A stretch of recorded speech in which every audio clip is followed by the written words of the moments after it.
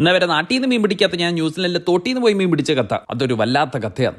മസനഗുഡി വഴി ഊട്ടിയിലേക്ക് ഒരു യാത്ര. എന്നിട്ട് നമ്മൾ എത്തി ഓക്ലൻഡ് സിറ്റിയുടെ ഒരു കിട്ടിലും ബേർഡ്സ് ഐ വ്യൂ കിട്ടുന്ന ഒരു മൊട്ടപ്പാറയിലാണ്. പെട്ടെന്ന് വൈറ്റക്കര ഗോൾഫ് ക്ലബിന്റെ തൊട്ടടുത്തുള്ള ഈ സ്പോട്ടിലോട്ട് ഈ പാർക്കിലെത്തി ഫസ്റ്റ് കാഴ്ച 1000 വർഷം വരെ പഴക്കമുള്ള കൗറി മരങ്ങളുടെ ചരിത്രം കൊത്തിയെടുത്ത മരപ്പലകൾ. പിന്നെ കൗതുകം തോന്നിയത് ഫോറസ്റ്റ് ട്രക്കിന് മുന്നോടിയുള്ള ഈ ടെലിഫോൺ സംവിധാനമാണ്. ഒരു എമർജൻസി വരുന്നതിന് മുമ്പേ ട്രയൽ നോക്കി. അവിടെ നിന്ന് ആരോ പറഞ്ഞു ക്യൂറാൻ. സമാധാനമായി. അങ്ങനെ 4 കിലോമീറ്റർ ട്രക്ക് മന്ദം തുടങ്ങി. അപ്പോൾ ഉണ്ട് കൗതുകരമായ മറ്റൊരു സംവിധാനം.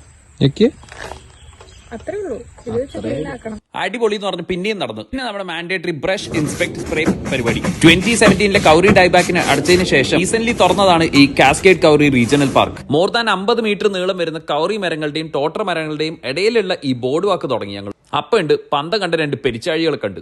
നോക്കിയപ്പോ ഒരു മൗറി പ്രതിഭ. അനുഗ്രഹിക്ക് അപ്പൂപ്പ എന്ന് പറഞ്ഞ് വെച്ച കാലം മുമ്പോട്ട് തന്നെ.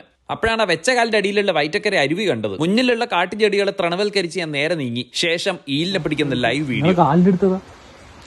അതാ ആ കല്ലിന്റെ അടുക്ക് കൈയിട്. കണ്ടു പിടിച്ചു